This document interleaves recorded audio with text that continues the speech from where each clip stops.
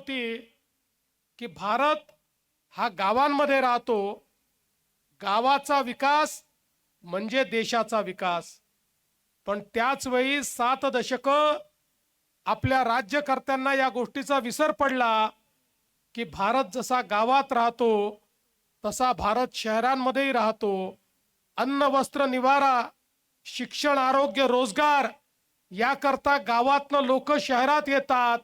शहरात येणाऱ्या गरिबांना मध्यमवर्गीयांना सुखसोयी देणं, त्यांच्या जीवनाला सुकर करण्याकरता व्यवस्था करणं ही देखील शासनाची जबाबदारी आहे. हे जवळपास 70 वर्ष आपण विसरलो आणि त्याचा परिणाम काय झाला? 70 वर्ष लोक गावातनं शहरामध्ये आले पण त्यांची व्यवस्था झाली नाही. परिणाम असा झाला, ज्याला जिथे जागा मिळेल तिथे तो बसला. झोपडपट्ट्या तयार झाल्या, अतिक्रमण झाली, पिण्याच्या पाण्याचा प्रश्न निर्माण झाला, लोकसंख्या वाढल्यामुळे घनकचऱ्याचा प्रश्न निर्माण झाला, नाल्यांमधनं गटारी व्हायला लागली. त्या ठिकाणी आपल्या विहिरींमध्ये, आपल्या तलावांमध्ये, आपल्या नदीमध्ये हे सगळं घाण पाणी जायला लागलं. आपलं जीवन प्रदूषित व्हायला लागलं. शहरं ही मोठ्या प्रमाणात बकाल व्हायला लागली. शहरी जीवन हे कुठेतरी खराब व्हायला लागलं. एकीकडे रोजगाराची निर्मिती शहरात होत होती, पण दुसरीकडे शहरामध्ये राहणाऱ्या लोकांची अवस्था ही मात्र वाईटापेक्षा अजून वाईट होत होती. 70 वर्षानंतर या देशामध्ये पहिल्यांदा 2014 साली माननीय नरेंद्र मोदीजी यांचं सरकार आलं आणि मोदीजींनी सांगितलं, भारत जसा गावात राहतो तसा भारत शहरामध्ये राहतो. गावांचा विकास करावा लागेल, शहरांचाही विकास करावा लागेल. शहरामध्ये येणारा गरीब, शहरातला मध्यमवर्गीय अन्न वस्त्र निवाऱ्याकरता, शिक्षण आरोग्य रोजगाराकरता, मनोरंजनाकरता लोक हे शहरामध्ये आलेले आहेत. त्यांच्याही व्यवस्था कराव्या लागतील. मोदीजींनी सांगितलं, देशाचा 65% GDP हा शहरामध्ये तयार होतो. शिक्षण आरोग्य आणि रोजगाराच्या संधी या शहरामध्ये तयार होतात आणि म्हणून आपली शहरं चांगली झाली पाहिजेत. याकरता पहिल्यांदा या देशामध्ये मोदीजी असे प्रधानमंत्री निघाले की ज्यांनी शहराकरता योजना सुरू केल्या. स्मार्ट सिटीची योजना, अमृत शहरांची योजना, स्वच्छ भारत शहर योजना, प्रधानमंत्री आवास योजना, शहर योजना, वेगवेगळ्या योजनांच्या माध्यमातून मोदीजींनी हजारो कोटी रुपये हे शहरांना देणं सुरू केलं. पहिल्यांदा तुम्ही बघा, 2014 नंतर शहरांना पैसे मिळणं सुरू झालं. रावसाहेब पाटलांनी, बबनरावजींनी, कैलास भाऊंनी या ठिकाणी ज्याचा उल्लेख केला, ते जे सगळे पैसे आज आपल्या जालना शहरात आणि या जालना जिल्ह्यात येऊ शकले, कारण पहिल्यांदा या देशामध्ये प्रधानमंत्र्यांनी सांगितलं आपली शहरं देखील चांगली झाली पाहिजे.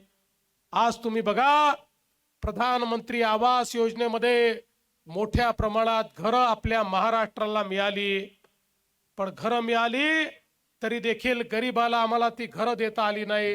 याचं कारण असं झालं, आमच्या लक्षात आलं, झोपडपट्टीमध्ये राहणारे जे लोक आहेत, जे गरीब लोक आहेत, या झोपडपट्टीमध्ये राहणाऱ्या लोकांना त्यांच्या जमिनीचा मालकी हक्काचा पट्टा नाही, त्यांच्याकडे PR कार्ड नाही. त्यामुळे त्यांना त्या ठिकाणी घरांचा फायदा देता येत नाही. 2च महिन्यापूर्वी आपल्या सरकारने निर्णय घेतला, आता झोपडपट्टीमध्ये राहणारा प्रत्येक व्यक्ती त्याला त्याच्या जमिनीचा मालकी हक्काचा पट्टा आपण देणार आहोत. प्रत्येकाला PR कार्ड आपण देणार आहोत आणि केवळ त्याला त्याच्या जमिनीचा मालक बनवून आपण थांबणार नाही. तो जर कच्च्या घरात राहत असेल तर मोदीजींच्या आवास योजनेतनं पक्क घर बांधण्याकरता त्याला पैसा उपलब्ध करून दिला जाणार आहे.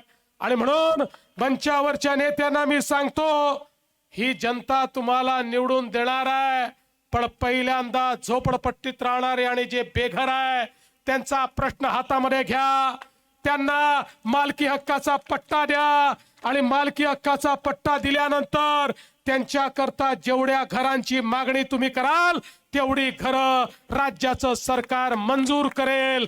या जालन्यामध्ये एकही माझा परिवार हा कच्च्या घरात आणि झोपडीत राहणारा यापुढे आपल्याला पाहायचा नाही। सगळ्यांना त्यांचं पक्क घर आपल्याला द्यायचं आहे। बंधू भगिनींनो, मोदीजींनी अमृत सारखी योजना आणल्यामुळेच आज आपण पाहू शकतो जालना सारख्या शहराला पिण्याच्या पाण्याकरता किती त्या ठिकाणी त्रास सहन करावा लागला। रावसाहेबांच्या नेतृत्वात आम्ही मोर्चा देखील काढला। सातत्याने या ठिकाणी शहरांवर अन्याय होत होते, पण मागच्या काळामध्ये 125 कोटी रुपयाची पाणी पुरवठा योजना ही आपण त्या ठिकाणी मंजूर केली। 474 किलोमीटरचं पाईपलाईनचं काम हे आपण पूर्ण केलं। 9 पैकी 8 जलकुंभ झाले। 75 कोटी रुपयाची कामं अजून 3 महिन्यामध्ये या ठिकाणी पूर्ण होतील। आणि मी तुम्हाला सांगतो येत्या काळामध्ये जालना शहराचा पिण्याचा पाण्याचा प्रश्न हा पूर्णपणे त्या ठिकाणी आम्ही संपवू। आमचं स्वप्न आहे जालना शहरामध्ये ज्या ज्या वेळी नळ उघडेल त्या वेळी प्रत्येकाच्या घरी शुद्ध पिण्याचं पाणी आलं पाहिजे, हा आमचा प्रयत्न या ठिकाणी आहे। आणि म्हणून मोठ्या प्रमाणात पिण्याच्या पाण्याची योजना असेल आणि मग ही योजना कशी पुढे चालवायची असा प्रश्न होता। इतकी मोठी योजना, त्याचं विजेचं बिलच इतकं मोठं होतं की ते बिल आपल्या या महानगरपालिकेने कसं भरायचं असा प्रश्न होता। आणि म्हणून कैलाश भाऊंनी मगाशी सांगितलं, रावसाहेब आमच्याकडे आले, मी स्वतः ऊर्जा मंत्री होतो, माझ्याकडे खातं ठेवलं होतं।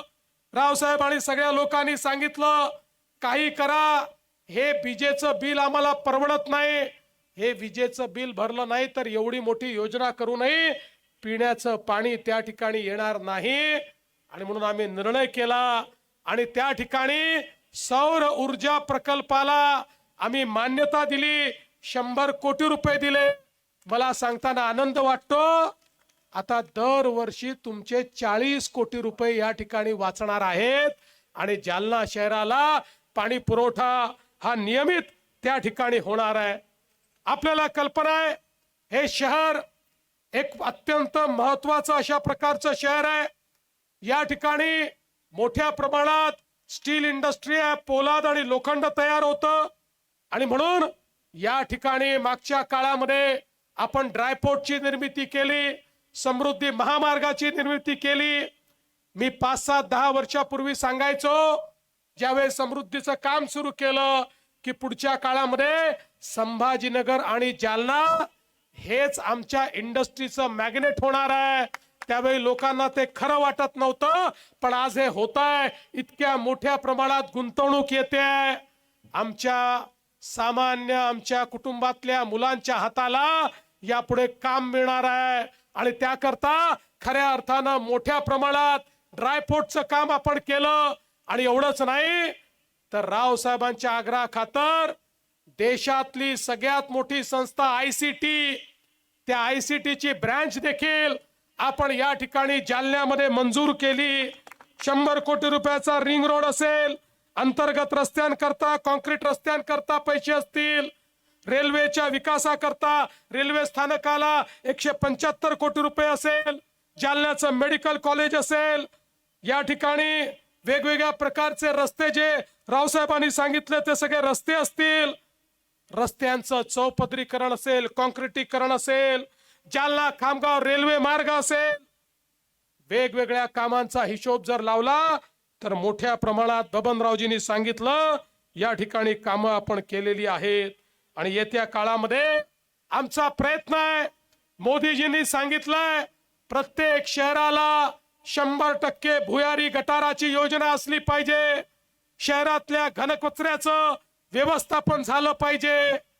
आजपर्यंत आपला कचरा ही आपल्यावरची एक लायबिलिटी होती, कचरा ठिकठिकाणी पडला असायचा, नाहीतर कुठेतरी नेऊन डंप केला जायचा, तिथनं वास, तिथनं घाण, तिथनं गॅसेस तिथनं प्रदूषण हे तयार व्हायचं. मोदीजींनी स्वच्छ भारतच्या अंतर्गत आपल्याला पैसे दिले आणि सांगितलं आता कचरा म्हणजे कचरा नाही आहे, कचरा म्हणजे ही संपत्ती आहे.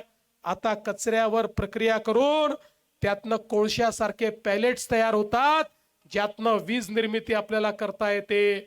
आता कचऱ्यापासून खतांची निर्मिती आपण करतो, आता कचऱ्यापासून विद्युत निर्मिती आपण करतो. त्यामुळे प्रत्येक शहरातला कचरा हा 100% उचलला गेला पाहिजे आणि तो डंप न करता त्याच्यावर प्रक्रिया झाली पाहिजे. या जालना शहरामध्येही अशाच पद्धतीनं कचऱ्यावर प्रक्रिया करून जालना शहराला कचरा मुक्त करण्याचं काम हे पुढच्या काळामध्ये आपल्याला करायचं आहे. एक स्वच्छ शहर म्हणून या ठिकाणी आपल्याला व्यवस्था उभी करायची आहे आणि त्या माध्यमातून मोठ्या प्रमाणात या ठिकाणी आपल्याला काम करायचं आहे. खरं म्हणजे आता या ठिकाणी भारतीय जनता पक्षाची तर शक्ती होतीच, पण आपले कैलास भाऊ देखील आपल्या सोबत आले. कैलास भाऊंना देखील खूप चांगला नगरपालिका चालवण्याचा अनुभव आहे, पण त्या काळामध्ये सरकार त्यांना पाहिजे त्या प्रमाणात त्यांचेही लोक त्यांना कधी साथ देत नव्हते. पण आता चिंता नाहीये, भारतीय जनता पक्षासारख्या मजबूत पक्षामध्ये तुम्ही आले आहे. कैलास भाऊ, हा पक्ष हा पाठीमागे उभा राहणारा पक्ष आहे. हे सरकार शहर बदलणारं सरकार आहे. त्यामुळे आता चिंता करण्याची आवश्यकता नाही आहे.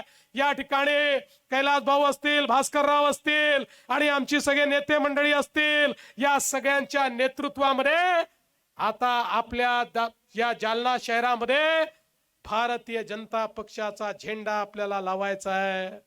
बंधू भगिनींनो, विधानसभेच्या निवडणुकीमध्ये ज्यावेळी प्रचंड मोठं बहुमत हे महायुतीला मिळालं, काही लोक म्हणायला लागले आता बघा या भाजपवाल्यांच्या 137 जागा आल्या, आता हे पहिलं काम काय करतील, लाडकी बहीण योजना बंद करतील. पण लाडक्या बहिणींनो, 1 वर्ष पूर्ण झालं, लाडकी बहीण योजना सुरूच आहे आणि जोपर्यंत तुमचा देवा भाऊ मुख्यमंत्री आहे ही योजना कोणीच बंद करू शकणार नाही. पण माझी विनंती या ठिकाणी भास्करराव, कैलास भाऊ, तुम्हाला सगळ्यांना आहे, महानगरपालिकेवर झेंडा तर लागणार आहे, महापौर आपला होणार आहे. महापौर झाल्यानंतर माझ्या लाडक्या बहिणींना केवळ लाडकी बहीण ठेवू नका, माझ्या लाडक्या बहिणींना लखपती दीदी करा. आता लखपती दीदीचा कार्यक्रम सुरू झालाय. महाराष्ट्रात 50 लाख लखपती दीदी तयार झाले आहेत. या वर्षी 1 कोटीपर्यंत तो आकडा जाईल. मी तुम्हाला हिशोब विचारणार आहे. 1 कोटीमध्ये माझ्या जालन्यातल्या किती लाडक्या बहिणी तुम्ही लखपती दीदी केल्या त्याचा हिशोब घ्यायला या जालन्यामध्ये पुन्हा मी येणार आहे. त्यामुळे माझी विनंती आहे, आता माझ्या लाडक्या बहिणींकरता या जालन्यामध्ये उमेद मॉल देखील मी मंजूर केलेला आहे. उमेद मॉलच्या माध्यमातून आतापर्यंत मोठ्या मोठ्या धन्ना सेटांचे मॉल होते, आता माझ्या बचत गटांचा मॉल असणार आहे. माझ्या बचत गटांच्या आमच्या भगिनी त्या ठिकाणी आपला माल ठेवतील आणि चांगले चांगले लोक गाड्यांनी त्या ठिकाणी येतील आणि त्या मॉल मध्ये जाऊन माझ्या भगिनींचा माल घेतील. अशा प्रकारचा उमेद मॉल देखील या जालन्यामध्ये आपण तयार केलेला आहे. आणि म्हणून बंधू भगिनींनो, खऱ्या अर्थानं भारतीय जनता पार्टी सर्वसामान्यांचा विचार करणारी पार्टी आहे. दीन दलित, गोर गरीब, आदिवासी, शेतकरी, शेतमजूर, महिला, अल्पसंख्याक, ओबीसी सगळ्यांचा विचार करणारी ही पार्टी आहे. आम्हाला या महानगरपालिका